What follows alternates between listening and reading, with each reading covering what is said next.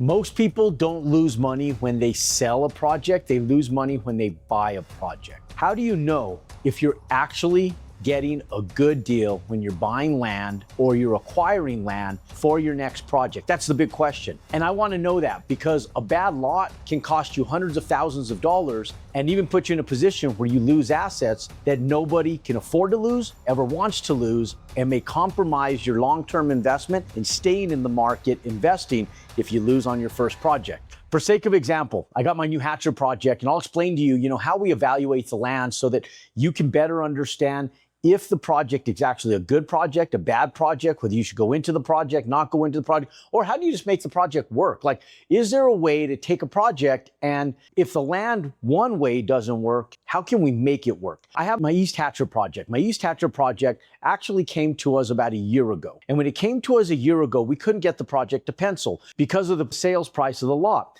Now, once we went in and we started looking at the project, we knew that we could not make the project work because of the economic variables that were in front of us and the overall price of the lot and where the sellers were at that time. Now, a lot of times it's not even just the sales price though. It's actually the sales price and the terms and zoning with the density tied to it that really make it work. And so how do you make a lot work and how do you actually go in and make sure that you have the financial viability to make a project go? And how do you know that that land is actually a good deal? Now, it's not always contributed to the cost of land. And I'll give you two examples. I'm going to use my East Hatcher project over in comparison to my East Taylor Street project. So when we looked at East Hatcher, we're getting East Hatcher for $600,000, okay? So we have $600,000 purchase price. This is Hatcher, okay? Let's look at Taylor Street. Now, Taylor Street, we overpaid for the land. We paid $1.2 million for the land, okay? Now, here's the difference. We went in, we underwrote this at 28 units. We landed up getting 31 units, okay? Now, this one, we're going in on Hatcher. Hatcher, we're going in and it's a 20-unit purchase. We're gonna change it. I'm gonna use this triangle, that's change. We're gonna change it to 26 units. Now, it's a permit-ready project, meaning that if we change anything at all, we have to go back into plan review, okay? So there's time. Now, when we go in and we're looking at this from a perspective of purchasing, okay? When we look at it from a point of purchasing, how do I know that this is a good deal? Like this is less, and look at, I'm gonna get less units, and it's half the price of Taylor Street, okay? So now, I gotta know, is it based on units? Is it based on the price or what's it really based on? What it's based on when it comes to multifamily, it's based on the pro forma of rates, but also occupancy. And so when I went in and we have location, this is a prettier location. This is a better location from a quality of life standpoint. Why? Because it's in a nicer neighborhood. This one right here is in downtown, okay? So not as desirable, so less desirable, okay? So now I'm looking at it from a desirability standpoint, but then I got to look at it from a financial standpoint, the way banks look at stuff. And so when banks look at stuff, it's based on rents and it's based on how much viability that project has and what are the rents on that property, right? And what are the expenses? So now I go back in and I realize that Taylor Street is underwriting at a $1,680 per month average rent, okay? Now, most of these are 1-1s and 2-2s. 1 bed, 1 bath, 2 bed, 2 baths. So when we get over here, we realize that the average rents, it's an older area, more desirable families. It's an infill lot, but this area right here actually brings in lower rents, even though it has a better quality of life, better area, more desirable area, but the rents are lower and it's more affordable to live in this area. So the average rents are $1,590 per month. But here's the caveat. Most of these are 2-2s, 3-2s. So now we go in and we go, okay, we get $90 less a month on average rents, but they're bigger units. So now we sit back in and go, okay, how do we make this work? Okay, how do we make this work? We need bigger units, less rents. Yes, I have a lower purchase price. So now I go back in and I look at this from a 20-unit perspective. Why is this guy selling? Well, 20 units doesn't work. 20 units is the problem, okay? So now we go back in and we underwrite this And let's do a really quick back of the napkin underwriting on this. So we take 1590 times 20 units. That's $31,800 per month times 12. That's $382,000. That's per year. Okay. Let's assume 20% of that is going to expenses. So our NOI, okay, let's go 20% expenses. So 80% of that is going to be our NOI. So times 0.8, that's going to be 305. So our NOI equals 305,000. Okay, now this is just a quick, dirty underwriting real quick. Okay, now this is based on 20 units. Now, we're going to divide that by a cap rate of 6.25%. That's our debt coverage ratio amount that we know the banks are going to utilize for debt coverage, okay? So now I go and divide this by 0.0625. That gives me a value of $4.9 million, okay? So value equals $4.9 million. Remember, value equals NOI divided by cap rate.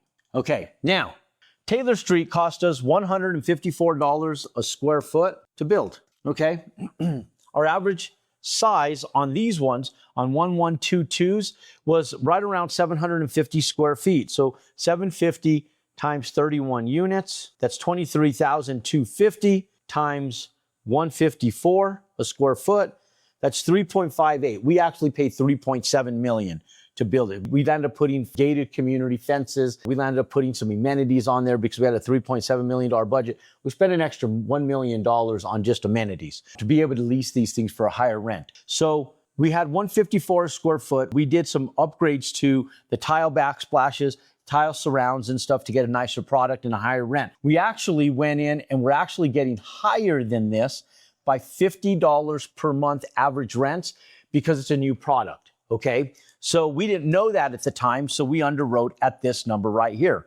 Now, we're at $3.7 million.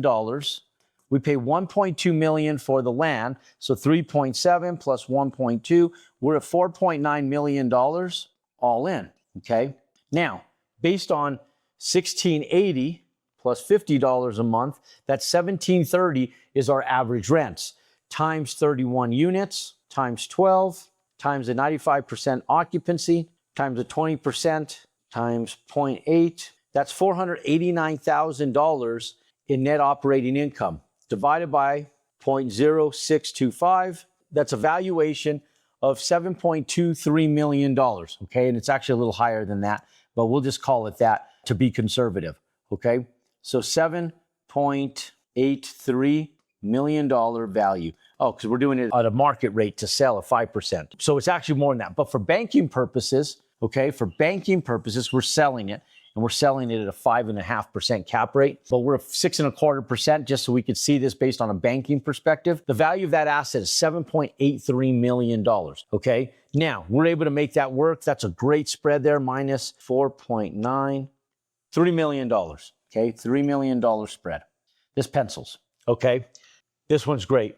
A piece of land and a lot may look incredible on paper, but before you actually close on the land and before you actually purchase the land, you have to know exactly what's there. You have to know, is it profitable and do I have an exit strategy and can I make this project work? Before you ever close on that land, that is where due diligence comes into play. Now, let's take a look at this, okay? Now, when we go back in, we have 20 units, $4.9 million value, okay, but bigger units. Now, these have to be larger. So let's say that our average unit size is 850 square feet, okay? Now, these ones right here on Hatcher are larger units, okay? Now, when we looked at this project, it's a permit-ready project. The average square footage of these units were 1,300 square feet. So when we go to 1,300 square feet, we just can't afford to build it for the overall cost to actually run this project. So when we went in, we looked at it from an already permitted perspective for 20 units. Now, it just didn't work. So we landed up canning the project. We said, you know what, we can't do it. The average unit size is 1,350 square feet or 1,300 square feet. It just didn't pencil. It did not make sense, not with a $4.9 million valuation, because think about it from this perspective, 1,300 square feet times 20 units, that's 26, almost as big as Taylor Street. So let's say we even built it at $140 a square foot times, or $145, $10 less per square foot times 1 $1.45 a square foot. That's $3.77 million to build this out. Almost the same price as it cost us to build out Taylor Street. Plus $600,000, that's $4.37 million, okay? So that's $4.3 million cost. So if I go in and I take even 75% of this, the banks, let's say they give us, and they're not giving 75%, they're giving like 70% loan to value. So we do $4,900,000 times 0.75, even at 75%, they're only willing to give us $3.6 million in lending. I can't even afford to stabilize this thing upon completion. I need $4.3 million. Upon stabilized value, based on the value of the asset and what banks are looking at, the bank's only going to be willing to give me $3,675,000. That's the stabilized value amount based on pro formas, based on rents, and these 1,300 square foot units that they currently had. We just can't afford to build it. So we have a deficit, $650,000 less what we need to stabilize this. So we're having what's called a cash in refinance if we buy this just to stabilize it at 20 units, that's 1,300 square feet. So the owner is not a multifamily person. The owner of this land builds condominiums, builds townhouses, and builds dense single family and attached unit dwellings. So when he went in, he's building homes, not multifamily. It's just too big. So we sat back and we went and got pro formas, and they said, look, you do need larger units. Even 850 isn't going to work. So what we're going to go do is we say, okay, let's back into this. Let's say we do 900 square foot average units. And instead of, they were doing 3 threes. These were going to be 3 threes, okay? 3 bed, 3 baths. We said, why don't we do a Jack and Jill? Let's see what the market is performing at with 3 bed, 2 bathrooms, and let's do a Jack and Jill bathroom. Let's do 50% of them 3 twos, but then let's go to 2 twos, because this in multifamily is different than condominiums and homes. So is it worth doing this? And if we do this, we're reducing the overall size. Can we increase the overall units? And the answer with the city of Phoenix is yes. We could afford to go to 26 units and we could get the parking that we need. Now, watch what this does, okay? Now, we can't get this. We're at 650 unit deficit, okay? Now, check this out. This is how you assess, ladies and gentlemen. He's doing it based on houses. This is based on condos, okay? So he's doing this based on condos. We're doing this based on multifamily and off of our pro formas. When we underwrote it before, we had to underwrite it based on what he was doing, which is 20 units. 20 units doesn't work, especially not on a condo project. But the zoning is right. We have the right zoning to do either condos or multifamily. Let's try it from a different perspective. Let's look at our pro formas. Now, we take an average rent of 26 times 900 square feet. So we have 23,400 square feet. Now, we cannot afford to build Taylor Street. We have to build at 140 a square foot in order to make this thing work. So how do we do that? Okay, well, we're only going to do a 2-story build. The lot is actually bigger than Taylor Street, but we know that everything around there is 2-story build. So we're just going to keep it at a 2-story build. We're not going to go to a 3rd story. We're going to do a 2-story build. We have a little bit more land. We have to accommodate fire trucks. And so we can only get 26 units on this property when we maximize the density, go to 2 stories, and we accommodate for parking. So when we go in, we're going to maximize our density at 26 units. Now it makes sense, and this is how. So we're going to try to push this to $1,650 a month rents, but we're not going to do that yet. But we're going to go ahead and instead of doing like tile shower surrounds in these units, we're going to do simple slide-in shower surrounds, still really nice. They're going to last the product. We're not going to keep the product. We're going to sell it. And it's going to meet the market demand based on rent rates, and we can afford to build it. So when we go in, it's going to be super simple. The cost to build, to frame it, is going to be less because it's only 2 stories instead of 3. We don't have the stairwells. We don't have the ironwork. We don't have as many of the rails. We don't have as much of the gypcrete. All we have is the 2nd floor gypcrete. We have the foundation on the base floor. And so our overall cost to build is going to go down.